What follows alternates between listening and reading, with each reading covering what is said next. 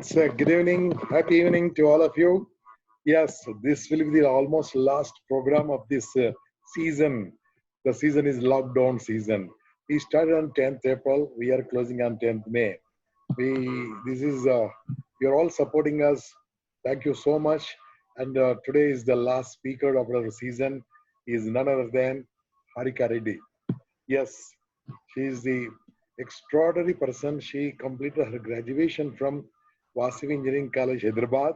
After that, she don't want to work anywhere. She started her own career by training the students. She started in a wonderful organization called After Campus, and she placed many people after conducting CRT.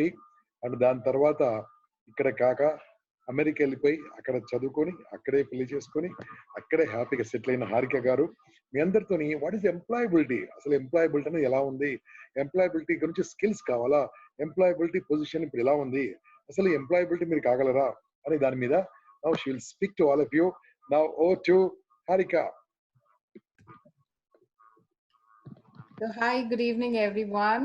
I hope you're all safe and sound wherever you are. So do your bit, stay safe, stay home, try to be away, maintain all the norms government is telling us. And also a very happy Mother's Day to every mother out there and to their mothers, a generation of mothers who took care of every child around them. Also, I would like to take this opportunity to thank the Impact Foundation to have been going successfully for so long, and whole team being going so properly structured way, organized way under the guidance of Mr. Gampa Nageswar sir.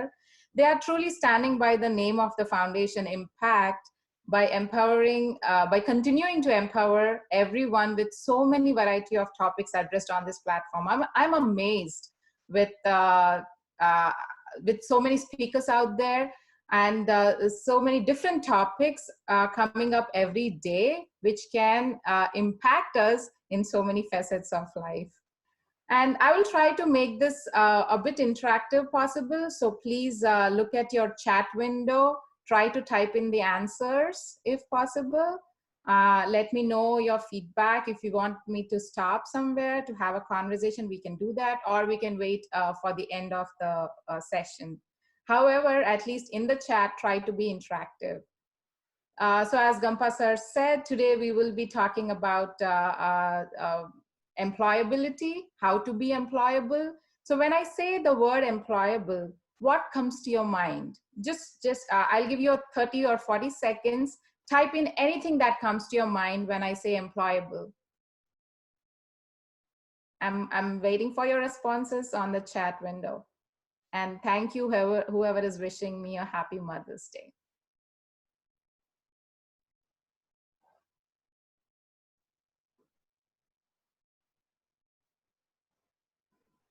Skill, okay. What else? We have a lot of participants there. Try to participate, don't hold back. There is no right and wrong answer. Here we are here to discuss, learn what we do not know what we do not know, and try to practice after this. Communication, okay. Contribution, okay. What else? Employability. Okay, let's move forward. You should love the job. Resource management, okay, that's great. Using our skills in a correct way, wonderful.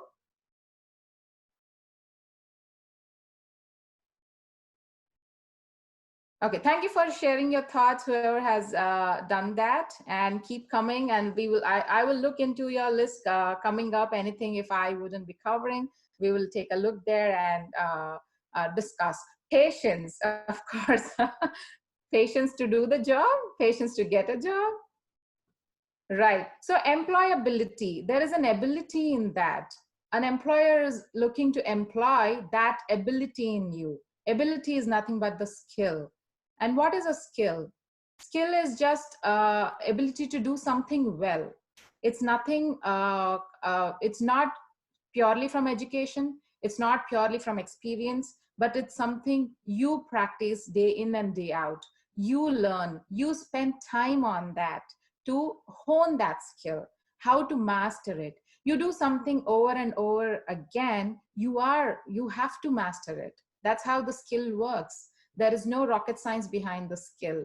Skill is just purely how you are spending time on that. Are you spending it in the right direction, and are you practicing enough to get that? Skill is that's all. And you take it any skill, it's all about that.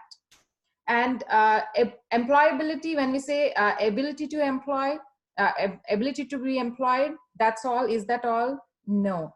You also have to keep doing well once after you're employed. So sustainable employment, you have to be able to maintain that employment, or able to move from one employment to another if the need be so. So three things mainly we'll discuss, which will impact the employability. One is your knowledge. The second is the skills needed for that. And third is your attitude. Knowledge is what? Knowledge is about what you know. We know a lot of things. And then skill is, what are you doing with what you know? Are you just knowing the fact that you know that? Or are you going to do something about that? And when we do something, there is a result. It could be an expected result, or it could be something you did not expect, or in another way, it could be good, bad, incorrect, correct. It could be anything. But when that happens, what the third thing I'm talking about is your attitude. How do you approach that? Will you even approach it, or will you give up? Will you come back again and bounce back more strong? How do you do that? So these three things are very important. Let's take a quick example and then dive into a little more details about it. Let's say I know how to drive a car. Do you, like a lot of people out there also might be knowing how to drive a car. I know you have to sit in the driver's seat. You have to hold the steering. You have to put the car in the right gear, not in the parking, not in neutral, and then try to release the clutch and push the accelerator. Go ahead. I know this. Okay, and if I turn the steering to the right, the car will move right. If I turn it to the left, it will move left. I know this. But if just knowing this, will it become my skill? I doubt it. I read it. I read it on Google. I listen to how to drive a car in 30 minutes of video on YouTube. And then I go sit in the car, start the car, and try to do this. Will it work? I mean, I'm sure it will work, but I'm also sure I'll bump into something. So a skill needs to be developed. I know this. Now I have to put it into practice. I have to start taking actions. I have to have somebody train me probably. And then I do it over and over again until I master that skill, until I'm confident that I'm not going to harm me or anybody on the road. I have to keep mastering it. Never give up. The first day when I'm trying to do this, I might have bumped into a footpath, and then if I give up, I'll never be able to get that skill. And if I keep waiting, keep complaining about how I was not able to drive a car after knowing all the facts about driving a car, will not help me. It's never going to help me if I am not out there and practicing every day. So that is the third thing, attitude. You know something, now you know, with the knowing of something, you are doing something, a result has come up. Don't look at the result. Let that result not affect you. Let the goal affect you. What is my goal? My goal is to be able to drive a car safely. So look at that goal and keep taking the actions. The result will change. It has to change. So that's how the world works. You try 100 times, there might be, I mean, I don't know if somebody has read this, but Thomas Edison has told us when he had failed 999 times before he has found the right way to create a bulb, he said actually he found 999 ways of how not to create a bulb. So that's how you look at it. Every every action you take, you had a certain result. It's that way of not getting to your goal. It's that way of getting that result. So now you figure out what's the other way, what is the other direction you take to reach your goal. Now diving into a little bit more into that, when we talk about knowledge, it's more of your like qualifications. Are you all qualified? I shouldn't even be asking that question to Indian students. By far, I can surely assume that might be India will be the greatest. India may have the largest number of qualified pool of people, especially in the science field. But is qualification enough? I'm sorry, no. Qualification have to be topped up by some of the skills. As I said, you know that qualification is quantifiable. And when we come to skills, hard skills and soft skills, and qualification falls under the hard skills. It's your degrees, diplomas, your experience, and anything quantifiable, your typing speed, or your Bharat is 95% efficient in writing a program, let's say, and Harika is 80% efficient, or she knows 80 words. She can tell 10 words per minute, and let's say somebody, Ravi, has like 20 words per minute. He can type that. It's all quantifiable. Hard skills, they are important, definitely, only with soft skills. So don't be under this wrong impression. I have been hearing that if you're having a full package of soft skills, then you are good to go. No, hard skills are your foundation. You should have these quantifiable skills, and this should be topped up with the right soft skills. Soft skills are very subjective. They are not quantifiable. They are people skills. I cannot tell you that I am 95% efficient in negotiation skills and Bharat is, let's say, 80% efficient. No, it's very subjective. It's comparative though. You can say that Bharat is a better communicator than Harika. It's comparative. And Harika might be a better communicator than somebody else. It's very subjective, not quantifiable. And again, it's a skill. I'll keep reiterating this so it's getting to you that a skill is something learnable any day you want. You just have to start it. You have to know, you have to identify what is required. Once you have identified, you have to take the right steps. So moving ahead from that, we know what are hard skills and soft skills. You have hard skills. Now look ahead for the soft skills required. And today we'll be looking a bit of the soft skills required specifically for employability. There are a lot of skills. We can come up with a big list of employability skills required. They differ from industry to industry. Software, manufacturing, service industry, education industry. So there are different industries and these skills differ. A particular industry will need one thing more than the other. So I've looked at a broad spectrum of careers out there and tried to pick the top 5 which are needed for any industry. Wherever you are, these could be applied there.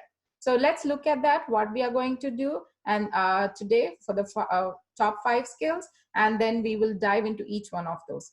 So the first one will be communication and interpersonal skills. They two are two different things, people might say, but then I would say they are very tightly interlinked together. One cannot exist without the other. And the second, we'll be looking at the creative problem solving. We see people boasting on the resumes that I'm a great problem solver, I have creativity, and so how is that needed? Why is the recruiter looking at that? We'll talk about that. And we will look at negotiation and persuasion skills, and we will be looking at team working, and the last we'll be talking about commercial awareness. I'll give a little break to see if anybody wanted to ask anything, or should I proceed? Looking at the chat window. So I'm very actively looking there. Anytime you want to post something, just because sometimes when you're listening, you have a thought, you want to ask, but you're not sure if you should stop the speaker or not, just put it out there. Because you'll forget. After I speak 10 more sentences, you might forget that thought. So just put it out there. If I see that, I'll try to address it right then and there. If not, we will, of course, I will ask Bharat to put all these in a list so that at the end we get a chance to review it. But please, again, just put it out there. Fourth one. Good. Hello, good evening, madam. Yes. This Thank you, madam. And what's the difference between talent, skill, and knowledge, madam? That's a very good question. So talent, skill, and knowledge are three very different things. So knowledge, as I said, is knowing something. That's it. Knowledge is just knowing something. I know how to drive a car. I know how to cook. I know a lot of things. I know how to become a prime minister. I might be knowing. But skill is something you practice and make it your own. You expertise in that, and then when you're at the expert level, you move on to a different thing that becomes your talent. And sometimes talent could be few things. You just have a drive for it, like singers or dancers or gymnasts. You got to have a little bit of genetics also involved, might be talent. But everything, you can be talented in something you want to be. But skill, definitely anybody with no background, no nothing, today I decide to be something, you can be. Of course there are few limitations, few hard skill limitations. Like today I want to be a doctor, I might be, by the end of my 60th year, I might be. But it's still possible. You should just be able to know what you need to be there and take the right actions in that. I hope I answered you. And going into our first topic, communication and interpersonal skills, I want to ask you a question again. Either you choose to answer me or just answer your mind. What is communication?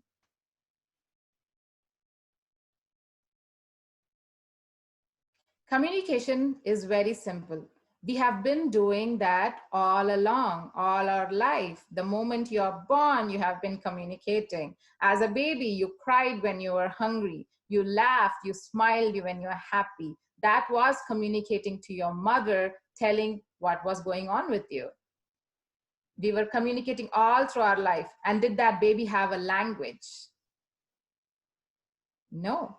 So these two things are very different. Communication and language is different. Language in communication, will come to that. So communication, as I said, is simply an exchange of information.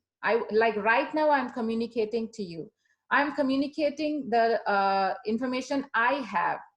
I am trying to make you understand the stuff I know. So it's just a simply exchange of information. So what is a language? Language is a tool which will make this better. Which will make, sure, without a language, can I communicate? Can you communicate? Yes, we can.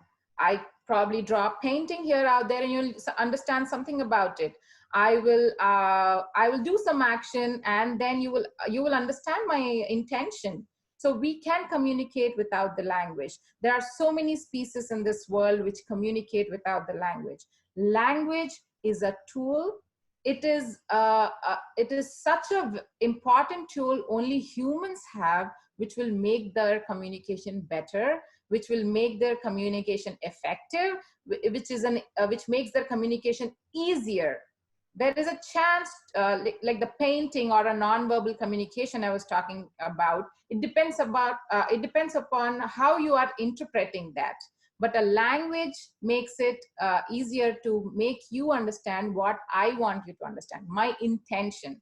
So that's how language and communicate. That is language and communication. The reason I'm talking about this is a lot of people, like even shortly after our Instagram session, we are emailing me about they are having a problem about communication, but where the problem really is about the English language. So separate those facts. You are a communicator. You have been communicating all through your life. So believe it, you are an effective communicator. It's just that you are communicating in a different language.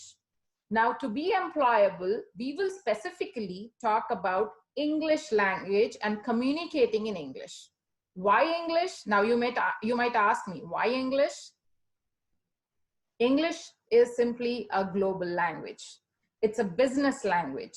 It will open up a lot more opportunities for you. And that's right. There is no need of language. And previously, we had a lot of signs like a baby. Thank you. So English is a global language. It's a business language. And it's, as I said, 350, I just saw statistics that 350 million people use English as their first language. When we say global language, we're not saying that everybody knows English around the world and it's their first language. But for 30 million people use English as a second language. We can say in India, English is a second language or at least a third language. We all know how to read and write. We are somehow equipped. We go to a primary education. We, in our colloquial language, we have English embedded in us. Like a simple term like apple, if I ask you what you call an apple in your mother tongue, we wouldn't know. It's embedded in us for whatever reasons, because of the British or all those history, we have English in us. It's just that the unnecessary hesitation you have towards the language makes you hate it, makes you wonder it's the most difficult language, and you're making a monster out of it. Believe me, English is a simple language. It just has 26 alphabets and 44 sounds or syllables. How many letters and syllables does your mother tongue have? My mother tongue is Telugu, and then if we see in there, we have 56 letters, and I cannot count how many syllables. What is syllable, by the way? It's just a sound. The vowels, achulu, and the consonants, hallu, when they come together, they make different sounds, which we learn them as gunintalu. So that's a reference to anybody who knows Telugu as their mother tongue. So these are like, can you tell me how many syllables we have in there? No. And we have so many tongue twisters, and people telling me that you have a pronunciation problem because you belong to a certain Indian community, Telugu, Hindi, Marathi, whatever you are, and that showing effect on English. Yes, of course, it will show its effect, but believe me, like as I said, 56 letters in Telugu make my tongue twist in so many different ways that a native English speaker cannot. I can learn the accent. But accent should be your last priority. And accent should not stop you from talking freely. You can talk. You have written so many leave letters in your college, school. You have written your exams in English. So you can write. You just have to now inculcate the practice of speaking. So something we have been doing wrong all our life. I don't know, might be now, I hear the school system is changing, but from when I was school, we were always taught to read and write first. And we used to only listen. Speaking was given the last importance. That's why we struggle with the confidence about speaking. Now I would say shift your focus, read and write. You know how to read, you know how to write. So keep that aside for a little bit. That is important. But then now focus on listening and speaking. Only if you listen, you will be able to speak a language. That is how you learned your mother tongue too. There is no difference to that. Nobody made you sit in front of a grammar book to learn your mother tongue. You heard your parents, your neighbors, your friends, your cousins talk around you while you were a baby, playing with you. You just heard the words and pick them up. Now, I have a boy, 1 year old, and he listens to us all the time, and he is picking up both English and Telugu. The reason being, he just has the environment here. We are talking in Telugu to each other, so he's picking up all that words now, and he hears us talking to our neighbors. Because we are in United States, you are supposed to talk in English to your neighbors. And then my child, my elder daughter goes to school. She has English knowledge from there. She comes home and sometimes she's on talking to her friends. He listens this and he picks up words like stop, what do, everything together. Now he becomes bilingual.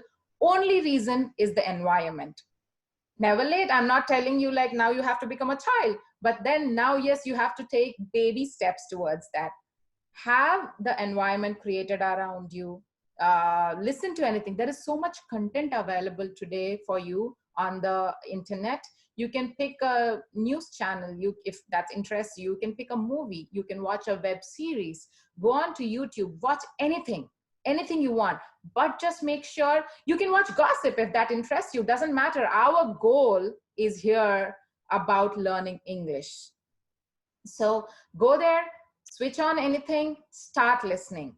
Closed captioning is almost enabled on all videos. Closed captioning, I mean subtitles. So try not to watch, but then if you're finding it too difficult, try to follow that through closed captioning. And then after a certain period of time, you are acquainted to how they are talking, what do they talk. If there's a certain way of talking, you are able to understand without reading those subtitles. But you have to do it on a constant, you have to do a constant practice. You have to do it day in, day out. 2 days I try, I didn't understand, shut it down, come back to whatever I was doing. Doesn't work. You have to keep doing it. So I took a more time on this because English, as I tell you, I will repeat this, it will open up so many opportunities out there. It's a global language. You are into business, you want to attract more customers, you need English. It's a common language. You wouldn't know all that gazillion languages out there in the world. Look at India. We are, as a country, have so many languages. We might know Hindi, we might know Tamil, somebody even might know 4 other languages in India, but not all of us know every language. That's how in India, we survive on Hindi. I know wherever you go, a person can understand a bit of Hindi. So that's how we socially, we are able to keep up with that. Now, business-wise, job-wise, career-wise, English should be your second language. English is the language, a common language for all the folks out there. Any business you are in, it's a way of development. You don't have to love it. You don't have to love English. You just have to learn it. Love your own mother tongue. Please pass it on to your kids. Keep it alive. Keep it together. Pass everything you can from your mother tongue, your culture and everything. But to survive, to do good, to earn, and to do well for us, English is a tool. It's just a language. And I also want to say something more about this. Like, I think we can take questions about this later. But once you have the language, once you practice it, as I said, you have been a communicator. Now you will learn English, I believe so. How to be effective in that? How to be an effective communicator? Even what is effective communication? Effective communication is making sure that your intention is being delivered correctly. Now, what do I mean by that? I may intend something, but you might understand it differently, quite possible. That's where we say misunderstandings. Oh, you do not understand what I'm talking about. You do not get me, arguments and everything. It all stems from there. So how, for example, my 21st century daughter comes up to me and says, Mom, if you're going out, can you get me an apple? And I'll say, okay, my daughter is asking me for an apple. I'm so happy. I go shop and get her 2 apples, one a red one and a green one. And she gives me a stare and said, Mom, I meant apple phone. So do you see the problem here? She had the language, she communicated. I was also a good listener. I listened to what she said. I took an action. Then what was the result? She wanted an apple. I got you an apple. What's the problem here? But the intention, her intention, I couldn't understand it rightly, or she could have made it more explicitly. Might be if she's, if you're talking to a group of people, you look at their background in the sense like, yeah, I am a 20th century kid. So you tell me an apple, I might not be immediately, phone is not something striking me. Especially being a mother, oh, I want my daughter to be healthy. So I think about a red apple. But if she's talking to her friends and they talk about an apple in silver, gold, gray colors, they are thinking about the phone. So do you see the group change? Might be she's talking to her parents. She has to make add another word to that, like I want an Apple phone, or I want an iPhone. Make it more clear, more concise. That is what makes your communication effective. Always remember, you could be a listener, you could be a speaker. When you are a speaker, look at the group you're talking to and try to gauge their level of understanding There is a level when you're talking to students, professors versus children versus like older people. There is a difference there. Try to gauge that. Then form your message. When you're a speaker, make sure your intention is clearly conveyed all the way through. And if you are a listener, then make sure you catch the right intention. What could I do in the earlier scenario we have spoken about? I could have just asked her a clarification. By apple, do you mean the fruit or the phone? That would have clarified then and there. Then I wouldn't have shopped for it. She wouldn't have got upset and all that. So it's a two-way process. It's never a one-way process. You listen, you respond, you ask, you clarify, you discuss. That's how you get your intended results. And in all, though I haven't said specifically about interpersonal skills, don't you think this is all interpersonal? What is interpersonal? Me interacting with others. And interpersonal skills at work is me interacting with my coworkers inside and outside of work. How do I do it? Am I building a positive relationship, or am I being just nasty to them? In a parking lot, I just take somebody else's parking space, honk at them, and then rush into the meeting. And there I smile and say, hey, how are you? How's your day going? I just spoiled it. So interpersonal skills are everywhere. It's not just in your meeting room. It's everywhere, wherever you are with that. You cannot just separate them out. Like, hey, when I'm in meeting room, I'm a certain way, but outside, don't care to mess with me. That impression will carry into your meeting room. All good there? I'm hoping so. This virtual sessions are something new to me too, is not having interaction, but I hope I'm doing well. I'll take your feedback at the end. So moving ahead, let's move to creative problem solving. We have listened to problem solving, but now is the new buzzword called creative problem solving. What is that? Simple, if I have to think, there is a problem, I have to solve it. How do I solve it? Now we write it on the resumes a lot more, but just by writing that I am a problem solver, I am a creative problem solver, will not make your, I mean, that might get you an interview, but in the interview, you have to, as I said, now you have put down on the paper. I read it. I thought, okay, let me consider this person. I call you. And again, there you just say, I'm a problem solver. And I'll ask you to explain more. I'm like, oh, I'm an excellent problem solver. Okay, can you describe more? No, there was a problem and I solved it. No, that's not what we are looking at. We are looking at some factual statements. And for this, it's just not a makeup answer. It's a way of thinking. It's a mental process, how you will approach to a problem presented.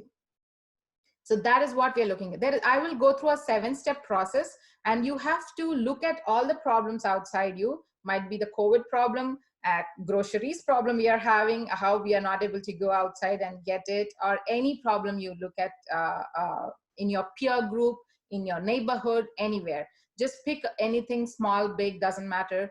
Go through this 7-step process and see, will you be able to come up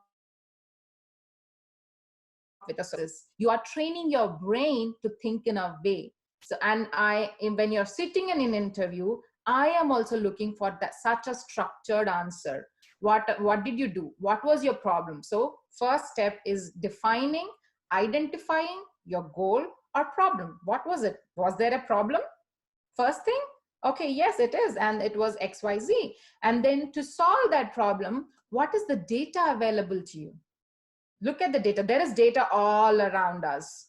You know, somebody, as I said, apple, somebody likes red apples, somebody likes green apples, how many apples are getting sold. These retailers take a look at that, and that's how they store the products in their shops, looking at the data. There is data for every problem. So look at that data. Is it even available to you? So if it's not available, then you have to look at a different approach. But if it's available, analyze that. Analyze it, you will know some facts about the problem. Now see, what is the challenging questions, the third one. What are the challenging questions around this problem? And now you'll have a lot of suggestions. Problem solving, just the problem solving, is independent. When we say creative problem solving, it's a group effort. It's not just one person talking there. It's get aligned with people who are like-minded, your friends, your team in office, anybody, and then narrow down to the possible solutions. Let them pitch each of their ideas. Listen, jot everything down.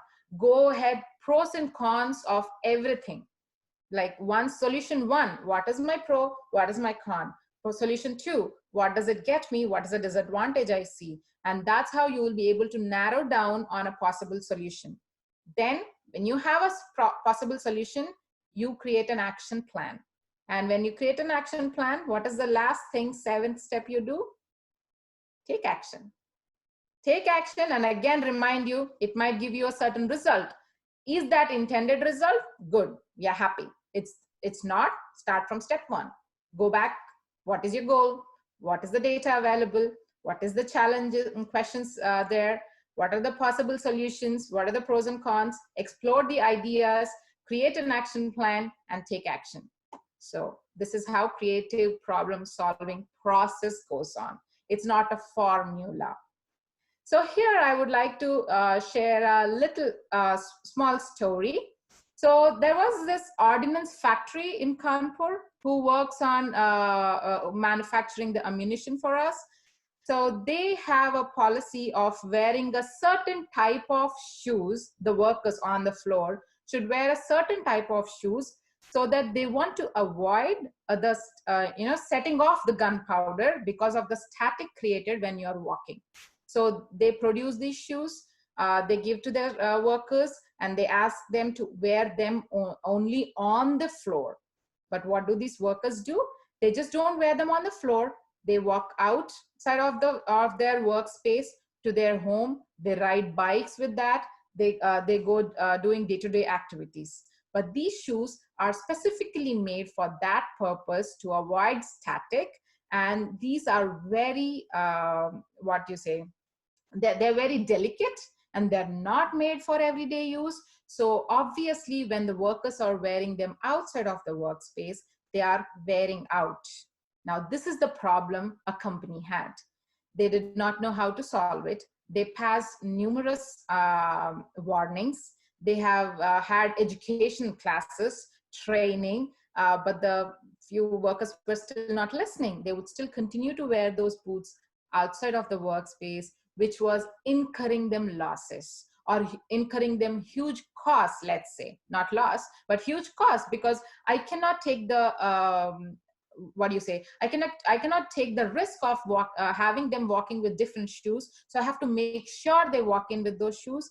If they are worn out, it's my responsibility as a company for my employees' safety that I give them shoes again and again. Now they do not care, because it's how they are. They think, they come up with a lot of reasons. Oh, it's a time waste. Oh, I lose them if I keep them somewhere. So I prefer wearing them from my home, coming here, working. I'm done with it. I go back home in the same shoes. So nothing was working. So a committee was placed, like, come up with a solution to this problem. Think, while I'm talking, I want you to think what solution you may give for this problem, where workers who are adults, not children, we have explained them, we have given warnings, we have even fined them, but they just don't listen. They love those shoes to wear around all the time. I'll give a 30 seconds pause so that you think how you could do something.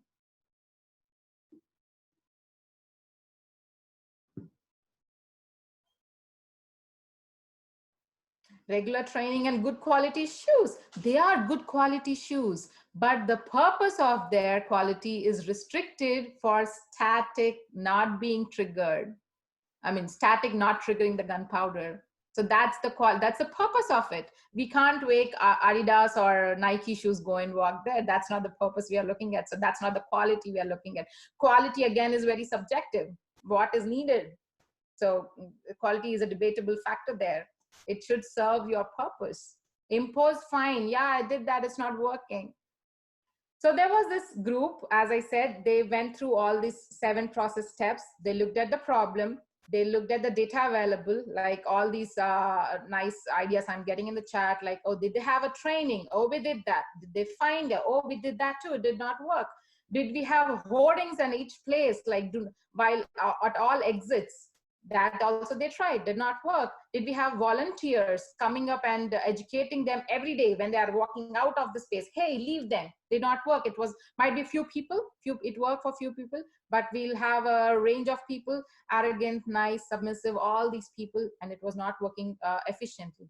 So what is a solution this group has come up with is, they said in the next order of shoes, you make a order of all the right shoes to be white ones and all the left shoes to be black ones. Now it is very hard.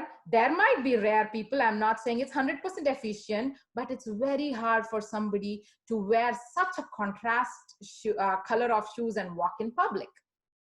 Do you think it's creative or not?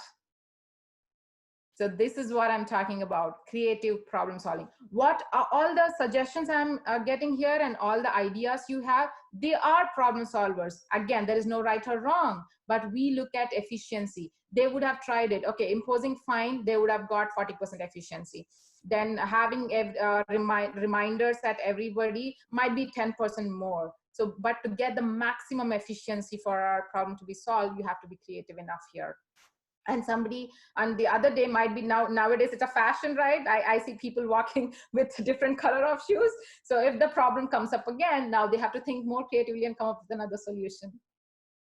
So this is a process, as I said. So look at, you don't have to be right. You don't have to come up with an extraordinary solution here. Just develop this mental process of thinking. Are you thinking that way? Right? Are you with me? I hope so. Next, we'll talk about negotiation and persuasion, which is a very important skill. And we look at that in interviews by asking different questions, you know, something like your team member doesn't agree with your solution. How are you going to handle it? Your client is asking for something not possible in within 3 months. How are you going to negotiate that? Negotiation is nothing but persuasion. You have try to understand what they want. You make them understand what you want, and both of you try to come and land in a middle ground. That's negotiation. And we always have to try for it to be a win-win process, not a lose-lose process. Negotiation is also something we have been doing as a child. Every skill, if you look at their open it, and really if you look at the crux of it, we have so many examples in our own life that we have done it so well. Now you just have to put that in a formal setting. I have negotiated with my father for so many years that I need a bike. And I failed at it because I couldn't create a win-win situation. At the end of the day, even today, my father hasn't bought me a bike. So what was his concern? I have to understand his, like, it's just an example.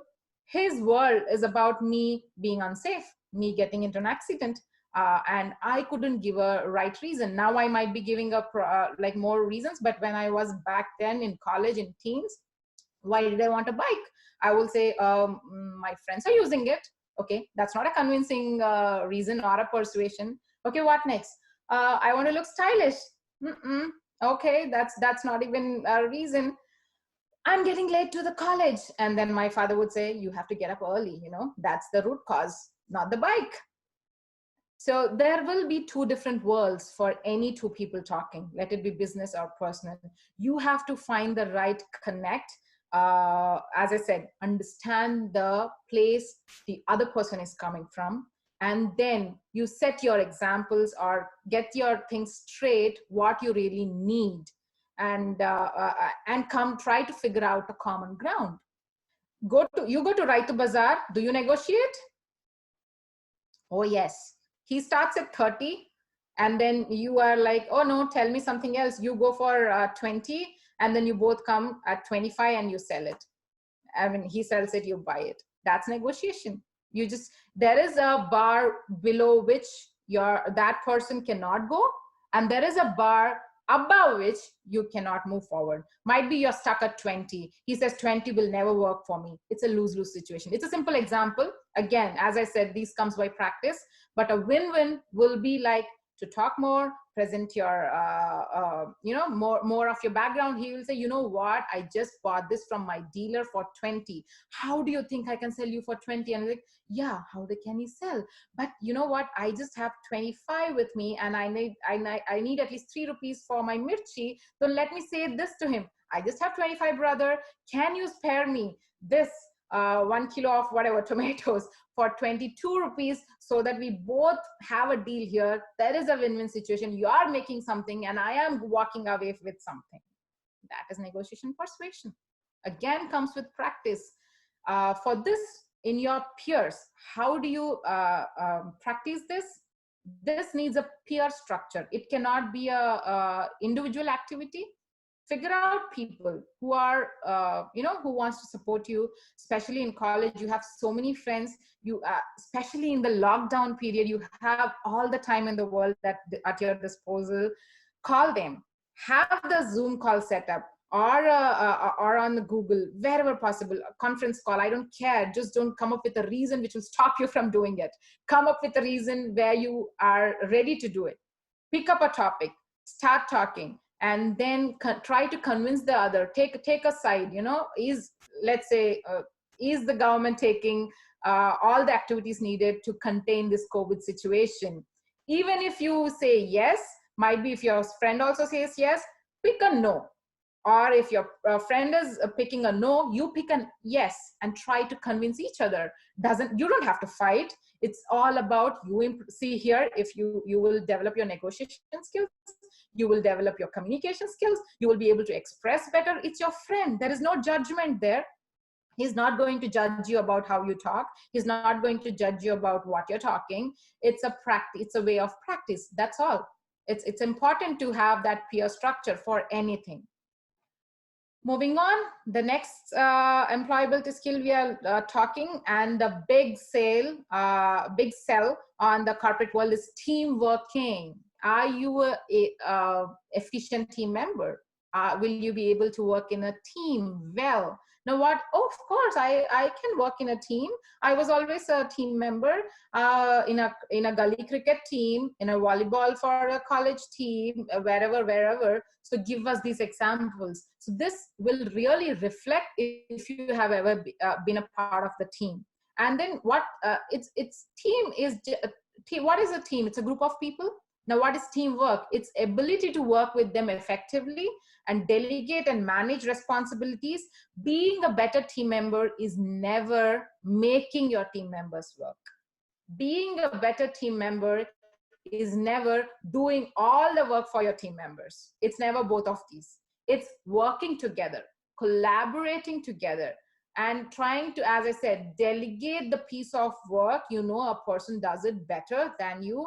Do not put your personal goal before a shared team goal. The shared team goal must be your priority. I know my team member Bharat can present better than me, but my personal goal is something to do 5 presentations per year.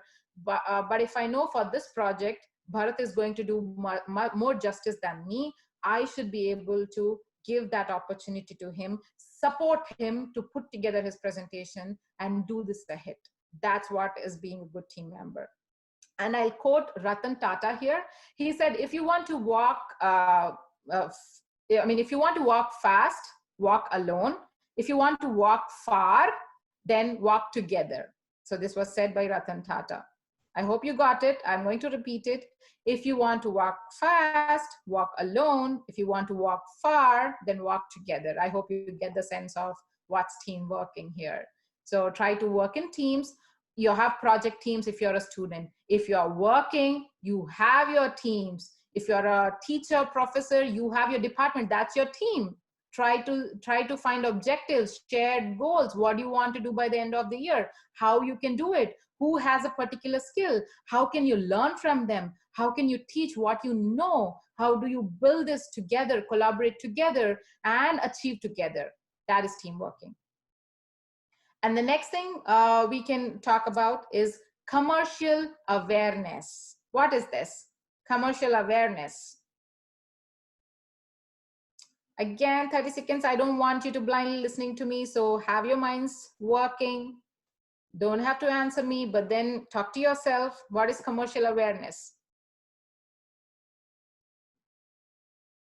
It's about knowing how a business or industry works and what makes this company so successful in their competition. Like every industry has a lot of companies out there. Every company is standing out in its own way. How is it doing it? When you are applying to a company, I want you to do the research. Do this research before your interview, because that is a very, very efficient way to impress your recruiter, because you have done your research.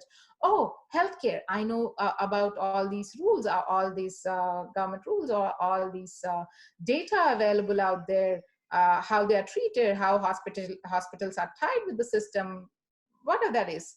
Another industry, software. So what do you know about that? What is the trending technology today? Are you aware of this, the buzzwords, or are you just stuck to your syllabus, what you studied in college? It's not going to help.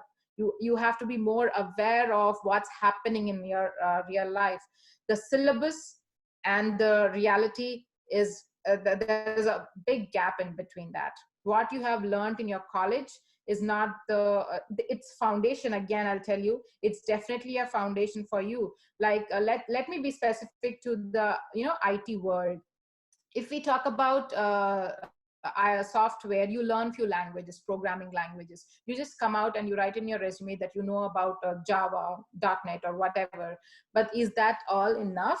Are you current? Are you current to what's happening? Just knowing about a language is not going to help you. When you come to an interview, I'm more interested about you knowing frameworks around it. Frameworks? Framework is just a collection of the program you can develop, using which you can develop your own application. Like Java has, for example, something like struts, hibernate, or spring. So I want you to know something more about that, not just the basic. So that's the current expectation. And to tell you, after this COVID situation, there will be jobs opening up, but the competition will be higher than ever. I don't know how many of you, I am from 2008 pass out, and there was a Great Depression at that time. So when you pass through such process, there is demand. The demand will come up eventually, but at the same time, the competition is higher than ever. So how will you make yourself better than the crowd out there?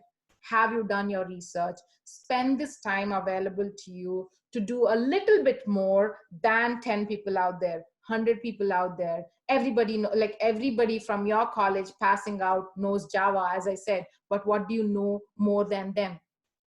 Or how can you sell yourself better than them? Knowing what?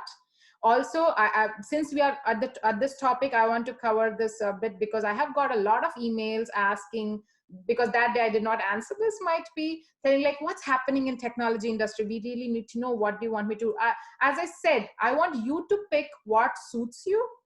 But since you keep on asking me, I'm going to say there are these buzzwords like agile methodology, DevOps, cloud computing, microservices. These are some fastly developing things around you. You should at least know what are these to start with, and then might be look deep into that. What does it really mean? Or come forward to support you in this, and might be look at the certifications available. You just go study. Again, all this, there is so much content available out there. When you are able to talk about such things in an interview, it will make us feel that you have done your work. You're just not somebody passed out of college and looking for a job, but then you also put your effort. You're an initiator, which is another employability skill. You're self-motivated. You take all these actions beautifully in a required way, and before coming up and presenting yourself. And a little bit about interviews here. So by the way, that was the end of my employability skills. But again, interviews are a high demand topic. So we can take days and days together to talk more about that. But few points on that. When we are recruiting, we are, as I said, we will look at the resume, your hard skills, your 90 percentile, 95 percentile, 70 percentile will get you an interview. But when you are in the interview, after the interview, soft skills will be your big help, especially for the behavioral questions we ask. How were you able to manage a conflict? What would you do if you and your manager do not agree on a point? Or what would you do when you are when you see a risk in your project? All such questions I want you to answer using a STAR approach. And again, there is no right answer, wrong answer here. Recruiter is looking for your approach, the way you are going to think. What is will you even think about it, or will you just give up? Well, I don't know, because I asked an analytical question recently and somebody said a puzzle. I asked a puzzle and the response was, oh, it's a physics question. I was like, physics question? There was no physics. It's just a simple puzzle I asked you. So be attentive to your response. Don't be startled enough. And now the interviews are happening this way, virtually, because I'm scared to meet people. I don't know what you're carrying. You don't know what I'm carrying. So most of the interviews happening here are over a Zoom, WebEx, and everything. So your expressions, you're like, all this is more apparent in a video. I can see them very clearly, more than ever, when you are sitting in a room with me. So control your emotions. Just take the STAR approach, as I said. What is a STAR? Be a STAR. STAR. So S stands for situation, T stands for a task, A stands for an action, and R stands for result. Now, when we say, so what is this? Whenever I ask you a question, look at what is the situation presented to you. Okay, let me say, an interviewer asked me, describe a situation when you had a conflict with your team member. Okay, so now I have to, let me go back. Miss Harika told me about a STAR approach. Now STAR, I have it in my head. Situation, I have to give them a situation first. Why did I have a conflict? Can I have a conflict with my team member about a keyboard or about a cubicle space? Of course I can have, but is that what the interviewer is interested in? No. Come up with something relevant to that job, relevant to your experience. Okay, I will say, we were discussing on a project to go the file exchange route. It's an example, IT specific example. That's what comes to my mind. I'm sorry. So we are coming up with a new project, and we are reading the scope of work. Now we have to come up with solutions. We are brainstorming together. So one of my team member proposed to use a file exchange, and I'm proposing to use web services, which again is the buzzword around, and a new technology. And we both don't seem to be agreed. Now I have given the situation. What is the task at hand? Task at hand is to come up with a better solution which will make my client give me the bid. First thing. And it's just not a better solution, it also have to be economically better. I might be talking about a robo coming and cooking for me, but can you afford it? So a solution which serves economically, which serves all the business interests. So all this. Okay, we started. Now what is the action we have taken? We both started discussing the pros and cons of it. Again, it is a step in the creative problem solving we have spoken about. File exchange, okay, it's safe. It is something we know. Okay, 10 files you want, I can produce it. You want me to read 100 files as an input, I can do that. This is something I know, it is safer. We know the cost incurred because this is existing. Web services is something new, we do not know, we haven't ventured it out. This is my a team member's argument. And I am saying, okay, how much time will it take for you to introduce a file each time there are multiple vendors coming up to us? Okay, now he'll calculate and tell me, okay, each time there is a file required, I'm working with my team to put together a 2-month release. Okay, now we'll calculate that cost. And now I will say with web services, it's a one-time cost, more cost than setting up this file exchange, but there could be 100, let's say 10 vendors coming up tomorrow. I don't need this 10 into 2 months of time going in to prepare their file.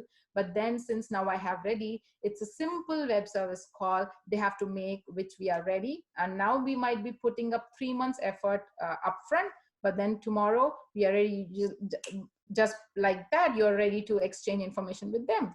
Now we will calculate that cost. We have looked at it, and now I'll talk about the result. Okay, either I was able to convince him, or he was able to convince me, telling me that no vendor is coming up, so this is just it, so this is going to cost me less, or that's going to be more beneficial. So this is how you will structure your situation inside of that STAR approach and give a response to the interviewer. Come up with a situation. Never try to fake it. It can be very simple at your college level. You talk about something, conflicts can happen while organizing college fest, or definitely sure. While planning or while working in your internal projects, sure. How did you handle it? It doesn't have to be really something out of somewhere. Also, when you are writing something in your resume, be prepared to support every fact written in there. You'll write something like, I have, what do you say? I have, the most things I see is like, I am very capable of working fast-paced environment. Now I want to know what does that mean? You have to tell me a supporting incident.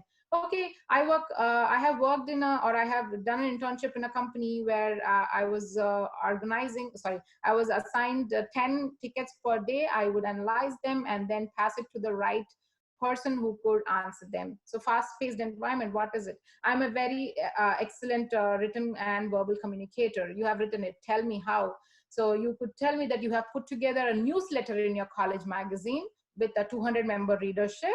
Oh, that is some solid fact out there. So might be I would ask to read about that or more experience about that. Now, when you're talking that, I can judge your verbal skills.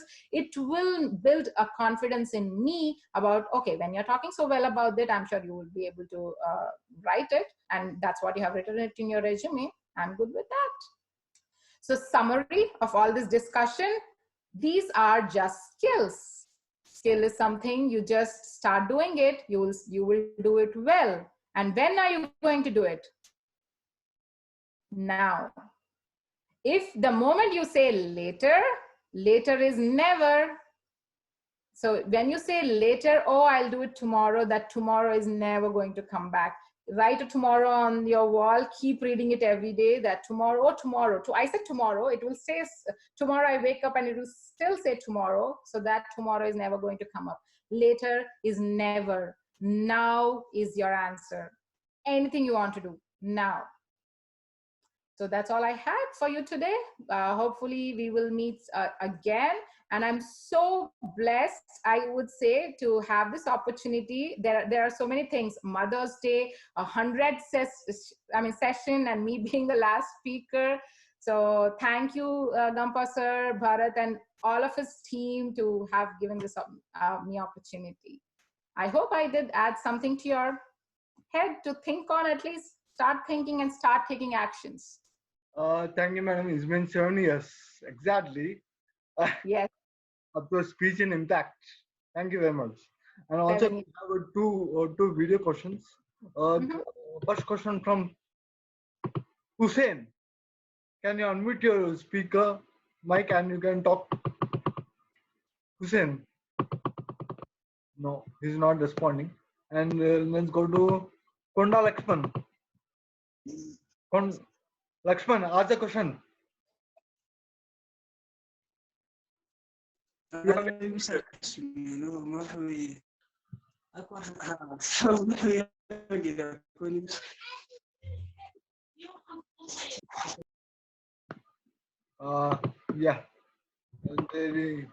Yeah, Lakshman, please. Lakshmana, please ask the question. Yes, go ahead, sir. Yeah, please. Please unmute and you can start ask the question.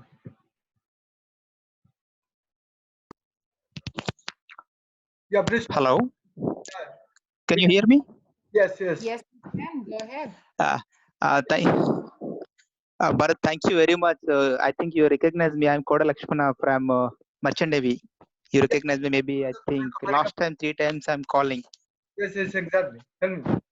My question is, ma'am, my question is in Merchant Navy, there are people recognized by rank, not for knowledge and skills. In this situation, how to show your skills and knowledge That's a very wrong notion, I will say. in front of boss? Every work you do, there is a scope, there will be an opportunity for you to show your knowledge and skill. See, for you to be even employed, there is a skill. Can I now become a merchant navy employee? No, there is a certain set of skills required which you have acquired. That is why you are even doing there. Now once you're inside of it, there are ranks. Military is again a tight hierarchy. It's very hard to bypass that, but you will be recognized when you take the right opportunity, when you have the right opportunity to identify. I know military or even merchant navy, anywhere, people are having more of this personality development sessions and people come and talking to you. Participate there. Your seniors or whoever that they're watching you, express yourself at every given opportunity. Might be you're sitting in a cafeteria having a casual discussion. You go to some some dinners, official dinners. Go there, try to introduce yourself. You have an idea you want to share. Might be there is a process you want to improve. You see it going in a certain way, but you think that that can be a different way, will fetch you results. 7-step process. You know what, there is an issue, you have data to support you, you have some solutions to offer. Try to talk, find the right person. Now if there is a hard stop, like you as you said, ranks are involved, I cannot go talk to my higher superior person just like that. It's not an open door policy, how we find in our lot of companies here. Then write to them. I'm not sure they're going to object you or obstruct you from doing that. They still do not pay attention. Don't lose heart. Tomorrow, another senior will come and might be he'll be more open to that. The key to here is you trying to find that opportunity again and again. You not losing hope or whatever. See, somebody did not listen to your idea doesn't make your idea any less. Somebody did not see the value for it doesn't make the value for your idea any less. It's about you trying to figure out different ways to present it the way they can understand, present it in a way it makes sense to them. So it's all about that. There is no, as I said, it's not formula. It's never a formula like 2 + 2 = 4. It's not that straightforward.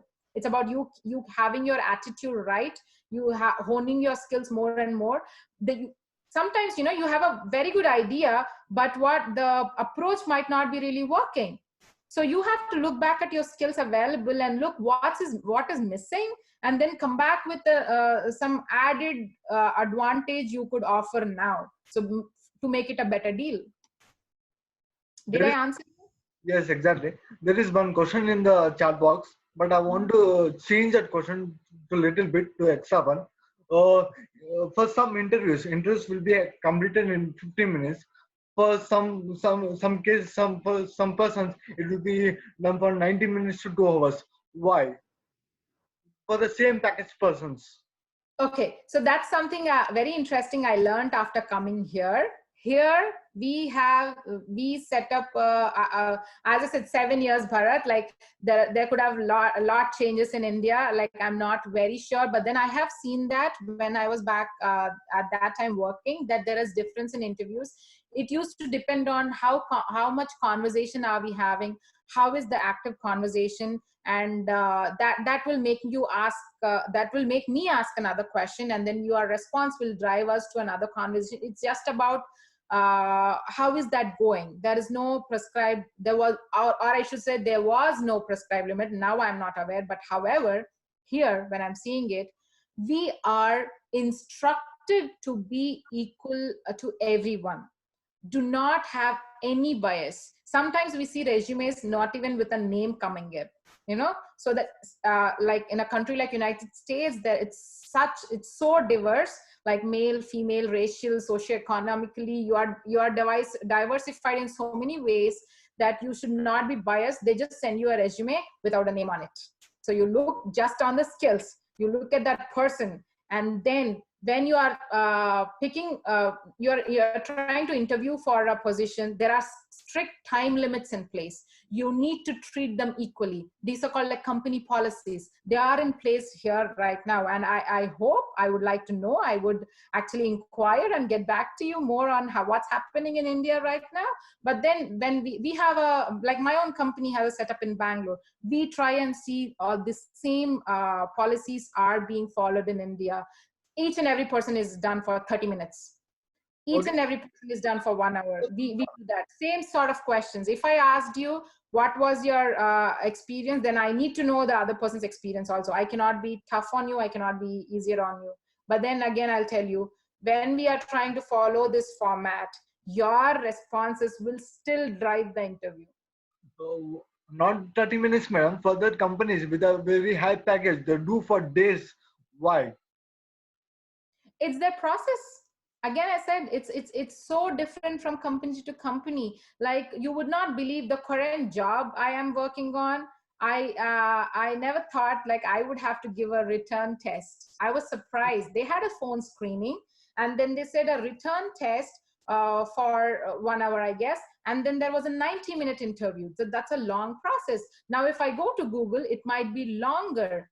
And I hear nowadays, like I have a sister who has been applying in Amazon now, and then they send you a certain code and they want you to respond to it in a certain way, like debug it, and or probably they give you a case study. Now come up with a code, come up with a logic. There are so many different processes out there. It's not a defined structure. The reason, I'll tell you, there are n number of employees. How would I know you are the right one? I need to have a filtering process. This is all filtering process. I give you a questionnaire. I want you to answer it. I take an online exam. I have group discussions. I have these written tests. And finally, the PI. It's all because I want to employ the right ability. Okay. Now, that's the whole thing comes up. How to improve gravitas skills in an interview? Gravitas skills is something I haven't explored yet, but yeah, I wouldn't be able to answer it very well. I might be able to write it in the impact space some other time. But right now, I do not have a straight answer to that. Good. Thank you. There's one more. In some companies, how to overcome politics? Politics is a very interesting topic. You can never forego them. You have politics all around you, right? My daughter plays politics with me, Mama, you are not going to give me iPad. You're a mean mommy. Daddy is the best. I'm like, oh no, daddy cannot be the best. I want to be the best. So it's from such a little thing to everything around you. You cannot avoid politics. What you can be is, I'll try to tell you something from what we have spoken today. Be that efficient team member. Be yourself. Be confident. You don't have to fake anything. You don't have to manipulate anybody. Just be straight. And it might affect you. I'm not saying you will be never affected. You'll be affected by it, but that every situation will only teach you another lesson. Learn from that. Next time you'll be well prepared for it. There is no avoiding it. You have to live it. Now live it better, do better. You fail, then now from that failure or from that negative result, learn something, bounce back and do better. There is no avoiding it. Okay. Which is most important, technical skills or communication skills? Oh, both. In the start of our session, I said both are important. What good is communication if you don't know if you don't have the technical ability to to work together? And what good is a technical ability? You might be the Bill Gates, but then I wouldn't know if you are not going to tell me, you're not going to communicate, if you're not going to market yourself. So hard skills and soft skills go hand in hand. But of course, soft skills will be a lot of times a deciding factor of, and that will create a little bias. Definitely, if I'm seeing at two people who are equally technically able, who are equally able to solve a problem any presented in a technical way, but one person talks to me the right way. Talks to me the right way, I mean, is like he expresses the way, the approach he took to solve that problem. Now, what am I looking at? I can send that person to a client happily. He will be able to get me a contract. He will be a good team member. Where the other person, he is sure, he is technically able, but then once he comes up, the communication becomes difficult. Whenever I give him a job, I have to make sure he understands. He might be having a trouble, then he will not be able to talk back, clarify it. As I said, if you do not clarify back, then you are going to deliver a result, an unintended result. I cannot, I do not have such time to invest in you and then trying to figure out if you're comfortable, if you have all the data needed to work on this problem and all that. When you're not a communicator, all these will crop up. So I will select that better communicator. So as I said, they both are important, but if you're in comparison, you have a little bit of soft skills more, then you are most likely to be selected. So many of them happily sitting at home during lockdown. So what you wanted to that IT technological guys, what should they improve? Oh, IT technology, as I said, there is the buzzwords I just mentioned. Go look at, like, do you even know what is it? What are those things? When we say cloud computing, do you know cloud is not the cloud what you see from your window? What is it? Microservices, what is it? DevOps, what is it? Agile, what is it? When you go and people will, SDLC. We have all read about that in our engineering colleges, like, okay, software development life cycle. But what is SDLC in an agile framework? What is an SDLC in the waterfall framework? Do you even know the difference? So try to learn beyond your books. Try to train yourself beyond what you know. You just know something. Now, after that knowing, put that into practice. I know there are a lot of online courses. Udemy is something very popular. They sometimes give you out free courses. Do any course available out there which interests you. Just don't do like something in psychology, something in IT, but pick a direction, do everything that work towards that direction. But of course, if you're interested in something else, I would say lockdown is the best time to, sharpen your other hobbies. Like mine is writing and trying to write nowadays. It's so busy, but yeah, lockdown is the best time you can ever get. Look at it a positive way. You just can't go out, but everything else you have dreamt of doing sitting at home, you can do it. Is it? Sorry, Bharat. One last thing, especially because you put it up for IT. I'm imagining this question came from students. It's so important you form that peer structure. 2 of you, 4 of you get together who has a common goal, a shared goal. All 4 of you want to get into group 1, or all 4 of you are wanting to get into a multinational company. So group together, work on each one of those things. Like pick 4 topics. Don't read 4 topics. One of you read one of those topics. Share that information. Now you are teaching them. While teaching it, you are public speaking, you are communicating, you are doing teamwork, you will have arguments, you are doing negotiation. Everything will come in that. Just form that peer structure to start with. Nothing is possible individually. I mean, not for very long. I can read my Pythagoras theorem all the time. That's the only thing possibly individually. But if, as Ratan Tata said again, you want to go far, do it in a team. As I know, you are a mechanical engineer. Yes. But currently working into IT. So how do you feel? How do I feel? Is that the question? Or is the question like, how do I get here? No, you studied into one of the technology, but you're working in another technology. So that's why software is a skill. You can, the day you decide you want to learn that, you take the right actions and practice it, you can master that. You can be an expert. I'm no expert right now, but I'm trying to be in whichever, like I'm in analysis field right now. I'm trying to see what goes in there, learning more and more every day, right? I myself, I'm trying to learn more about cloud computing. My company is moving into Amazon Web Services. So this is what I do today. What is needed? I'm a mechanical engineer, or I was, should I say I am? I was. My hard skill, my degree is mechanical engineering. But today, like my soft skills, I am a communicator. I know that. Another skill right now needed is keeping up with what's happening. What are we migrating to day-to-day life? What is required? Okay, do I know? Let's talk simple skills. Do I need to know how to operate an Excel? Yes. Do I need to know how to do a PPT? Yes, it's all skills. I learn about it. Okay, now they're talking about something called cloud. I will go learn. I am doing courses online. I am reading about that. I might be giving an exam. I'll share it with you when I pass it. But this is all about how do I feel? For that question, right now I feel fine. I'm happy. I never, the day I took mechanical engineering, I never dreamt to be in software, but then I don't resent, I guess. I'm fine. The last question.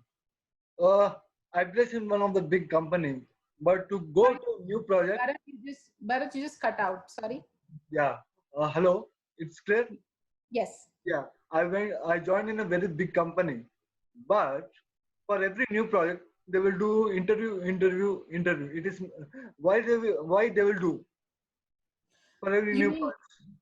You mean inside of the project, like inside of the company, you going to a different project? Yes, it happens. It happens. So even today here, in every company, it happens because, like, again, inside of your company, there are a lot more people interested. If no one has applied and you are the only one coming up, then I have no other choice but to train you and then take you in and work with you. But if there are, again, 10 applicants from 10 different teams, I need to select the best. That's the only reason.